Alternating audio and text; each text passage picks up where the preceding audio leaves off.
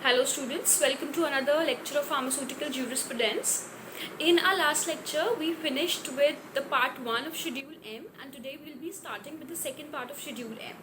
And the first part mainly had requirements for the premises, and the second part has requirements for the plant and for the equipments. So let's start.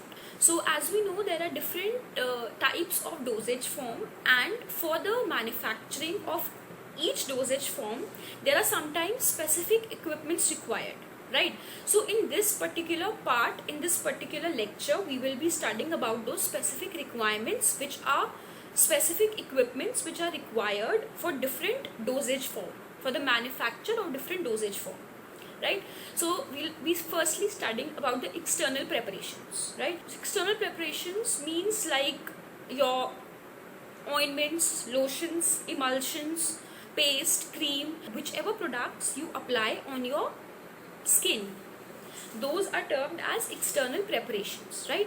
So there are certain equipments which are specifically required for the manufacture of external preparations, like mixing and storage tanks, which should preferably be of stainless steel. Then there has to be jacketed kettle, which can be heated through steam, it can be heated through gas, or it can be electrically heated, right? Then mixers are required, which should be electrically operated. A colloidal mill is required, a triple roller mill is required, liquid filling equipment is required, and tube filling equipment is required. And the liquid filling equipment and tube filling equipment should be preferably electrically operated. Now coming to the area, there are certain specific requirements for the minimum area which should be, available for the manufacture of external preparations. For example, a minimum area of 30 square meter should be there for basic installation, and for ancillary area there should be a minimum area of 10 square meter, right? And there should be separate areas meant for the formulation of external as well as internal products. Now coming to the oral liquid preparations. Oral liquid preparations means, for example, your syrups, elixir, suspension, emulsion, right? So there are certain specific equipments which are required specifically for the production of oral liquid preparations. For example, a mixing and storage tank is required, which should preferably be of stainless steel. Then a jacketed kettle or a stainless steel tank should be there with thermoregulators. A portable stirrer should be there, a colloidal mill should be there, a suitable filtration equipment should be there. Then semi-automatic or automatic bottle filling machine should be there. Then there should be water distillation unit for the distillation of water, and there should be clarity testing inspection units. And as I stated in my earlier slides, that there is a specific area requirement in oral preparations. In the case of oral liquid preparations also, a minimum area of 30 square meter for basic installation and an area of 10 square meter for ancillary area is recommended. Now coming to tablet. Now the tableting section, the first and the very important thing is that the tableting section should be free of any dust particles and any floating particles which are there in the air, and the particular entire area where the tableting has to be done should be air conditioned. Now for effective operation, the tablet production department, it should be further subdivided into different sections. For example, there are 4 main sections which should be there. The first being the mixing, granulation and drying section. The second being tablet compression section. The third being packaging section.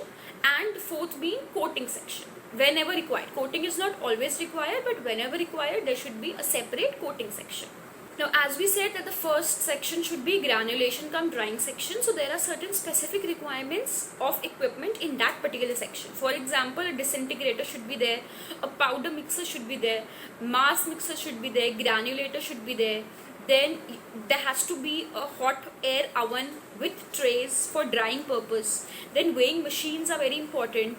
Then the second section was your compression section. So in that, the first and very important equipment is your tablet compression machine. Then there should be proper punch and die storage cabinets.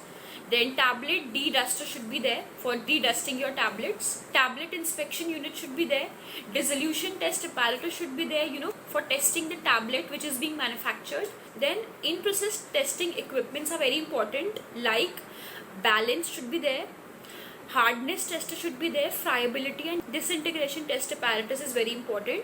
Then proper air conditioning system should be there, and a dehumidification system is also very important, so that the particular tablets are manufactured and stored in the stated temperature and humidity levels. Then the packing section should have a tablet counter machine. It should have a leak test apparatus. It should have strip and blister packing machine. Then again, the area should be air conditioned, and a dehumidification arrangement should also be there to control the humidity and the temperature levels. Now, coating section is not always important, but wherever required there has to be a coating section. There should be a jacketed kettle for heating the particular solution. There should be a coating pan, which should preferably be of stainless steel. Polishing pan should also be there wherever it is applicable. Then a exhaust system should be there, to remove all the fumes which are being generated in that particular unit. Then again, air conditioning and a dehumidification arrangement is important to maintain the temperature and humidity. And lastly, a weighing balance is also of prime importance in a coating section. Now, the coating section, where the coating has to be done, it should be, dust free. It should not have any dust in the air.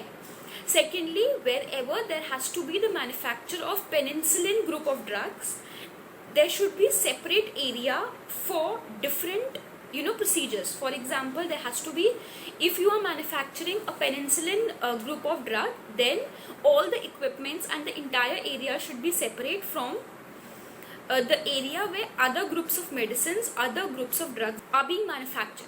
And the manufacture of effervescent or soluble tablets, it should be carried out in air conditioned area and a proper dehumidified area, because there are chances that if the humidity level is high, then that particular effervescent tablet loses its physical property while getting manufactured or while the process of storage.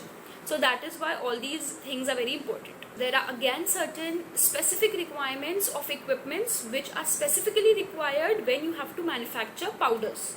For example, there has to be a disintegrator, there has to be a mixer, there has to be a sifter, there has to be stainless steel vessel, for storage.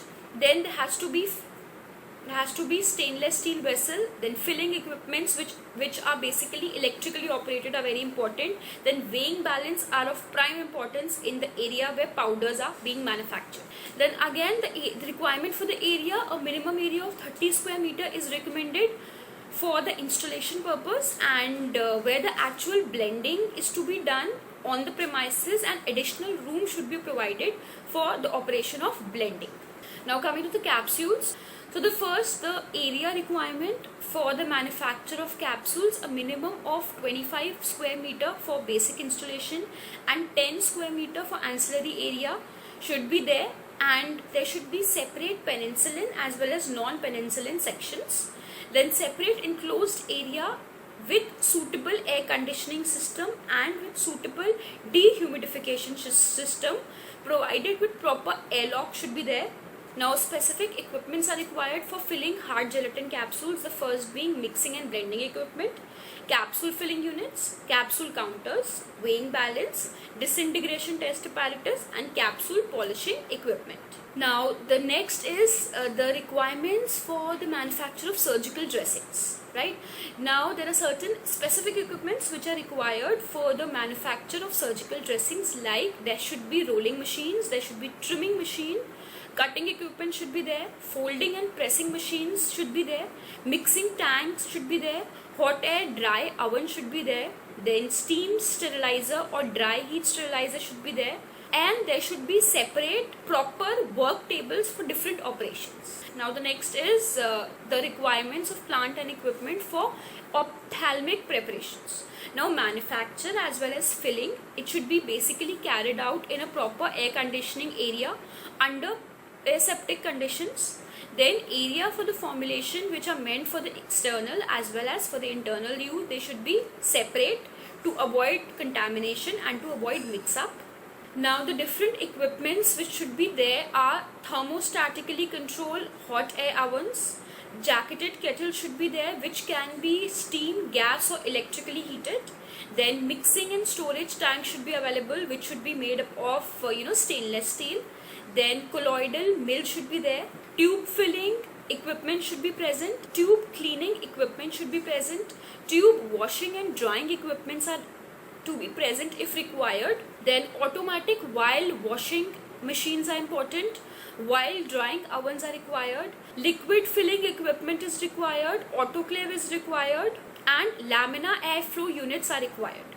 Right? So all these are the requirements for the equipments if you want to manufacture ophthalmic products. So thank you so much, dear students. This was all in today's lecture. If you have any queries, any doubts, please feel free to reach out to me.